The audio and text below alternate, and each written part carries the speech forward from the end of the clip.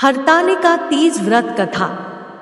एक बार भगवान शिव ने पार्वती जी को उनके पूर्व जन्म का स्मरण कराने के उद्देश्य से इस व्रत के महात्म्य की कथा कही थी। श्री भोले शंकर बोले हैं, गौरी पर्वतराज हिमालय पर स्थित गंगा के तट पर तुमने अपनी बाल्यावस्था में 12 वर्षों तक अधोमुखी होकर घोर तप किया था। इतनी अवधि तुमने अन्न न खाकर पेड़ों के सूखे पत्ते चबाकर व्यतीत किए। माघ की विकराल शीतलता में तुमने निरंतर जल में प्रवेश करके तप किया। वैशाख की जला देने वाली गर्मी में तुमने पंचाग्नि से शरीर को तपाया। श्रावण की मूसलधार वर्षा में खुले आसमान के नीचे बिना अन्नजल ग्रहण किए समय व्यतीत किया। तुम्हारे पिता तुम्हारी कष्ट साध्य तपस्या को देखकर बड़े दुखी होते थे, उन्हें बड़ा क्लेश होता था। तब एक दिन तुम्हारी तपस्या तथा पिता के क्लेश को देखकर नारद जी तुम्हारे घर पधारे। तुम्हारे पिता ने हृदय से अतिथि सत्कार करके उनके आने का कारण पूछा। नारद जी ने कहा, गिरिराज, मैं भगवान विष्णु के भेजने पर यहाँ उपस्थित हुआ हूँ। आपकी कन्या ने बड़ा कठोर तप किया है, इससे प्रसन्न होकर वे आपकी सुपुत्री से विवाह करना चाहते हैं। इस संदर्भ में आपकी राय जानना चाहता हूँ। नारद जी की बात सुनकर गिरिराज गदगद हो उठे। उनके तो जैसे सारे क्लेश ही दूर हो गए। प्रसन्नचित होकर वे बोले, श्रीमान, यदि स्वयं विष्णु मेरी कन्या का वरण करना चाहते हैं तो भला मुझे क्या आपत्ति हो सकती है। वे तो साक्षात ब्रह्मा है। हे महर्षि, यह तो हर पिता की इच्छा होती है कि उसकी पुत्री सुख संपदा से युक्त पति के घर की लक्ष्मी बने। पिता की सार्थकता इसी में है कि पति के घर जाकर उसकी पुत्री पिता के घर से अधिक सुखी रहे। तुम्हारे पिता की स्वीकृति पाकर नारद जी विष्णु के पास गए और उनसे तुम्हारे ब्याह के निश्चित होने का समाचार सुनाया। मगर इस विवाह संबंध की बात जब तुम्हारे कान में पड़ी तो तुम्हारे दुख का ठिकाना न रहा।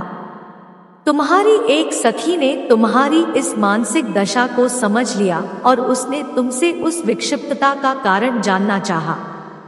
तब तुमने बताया, मैंने सच्चे हृदय से भगवान शिव शंकर का वरण किया है, किंतु मेरे पिता ने मेरा विवाह विष्णु जी से निश्चित कर दिया।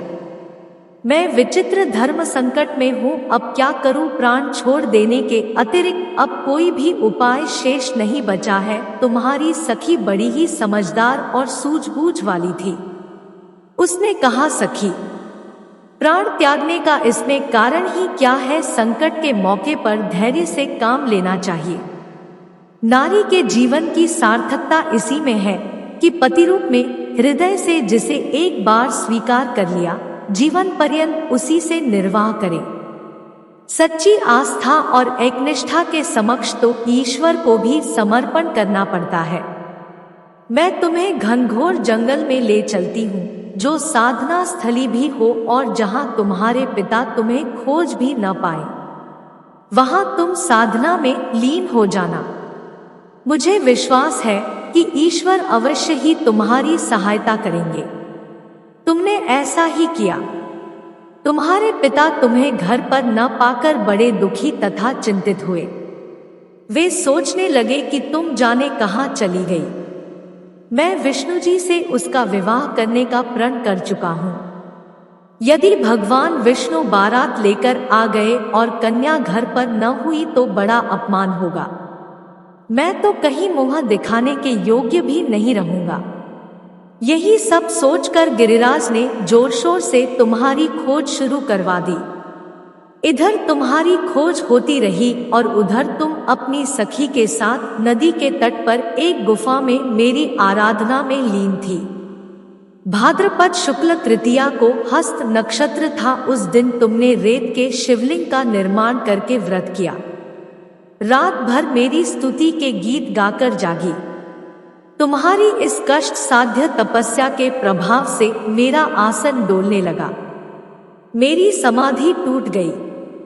मैं तुरंत तुम्हारे समक्ष जा पहुंचा और तुम्हारी तपस्या से प्रसन्न होकर तुमसे वर मांगने के लिए कहा। तब अपनी तपस्या के फलस्वरूप मुझे अपने समक्ष पाकर तुमने कहा, मैं हृदय से आपको पति के रूप में वरण कर चुकी हूँ। यदि आप सचमुच मेरी तपस्या से प्रसन्न होकर आप यहाँ पधारे हैं तो मुझे अपनी अर्धांगिनी के रूप में स्वीकार कर लीजिए। तब मैं तथास्तु कहकर कैलाश पर्वत पर लौट आया। प्रातः होते ही तुमने पूजा की समस्त सामग्री को नदी में प्रवाहित करके अपनी सहेली सहित व्रत का पारणा किया। उसी समय अपने मित्र बंधु व दरबारियों सहित गिरिराज तुम्हें खोजते खोजते वहां आ पहुँचे और तुम्हारी इस कष्ट साध्य तपस्या का कारण तथा उद्देश्य पूछा। उस समय तुम्हारी दशा को देखकर गिरिराज अत्यधिक दुखी हुए और पीड़ा के कारण उनकी आंखों में आंसू उमड़ आए थे। तुमने उनके आंसू पोंछते हुए विनम्र स्वर में कहा, पिताजी, मैंने अपने जीवन का अधिकांश समय कठोर तपस्या में बिताया है। मेरी इस तपस्या का उद्देश्य केवल यही था कि मैं महादेव को पति के रूप में पाना चाहती थी। आज मैं अपनी तपस्या की कसौटी पर खरी उतर चुकी हूँ। आप क्योंकि विष्णु जी से मेरा विवाह करने का निर्णय ले चुके थे, इसलिए मैं अपने आराध्य की खोज में घर छोड़कर चली आई। अब मैं आपके साथ इसी शर्त पर घर जाऊंगी कि आप मेरा विवाह विष्णु जी से न करके महादेव जी से करेंगे। गिरिराज मान गए और तुम्हें घर ले गए। कुछ समय के पश्चात शास्त्रोक्त विधि विधान पूर्वक उन्होंने हम दोनों को विवाह सूत्र में बांध दिया।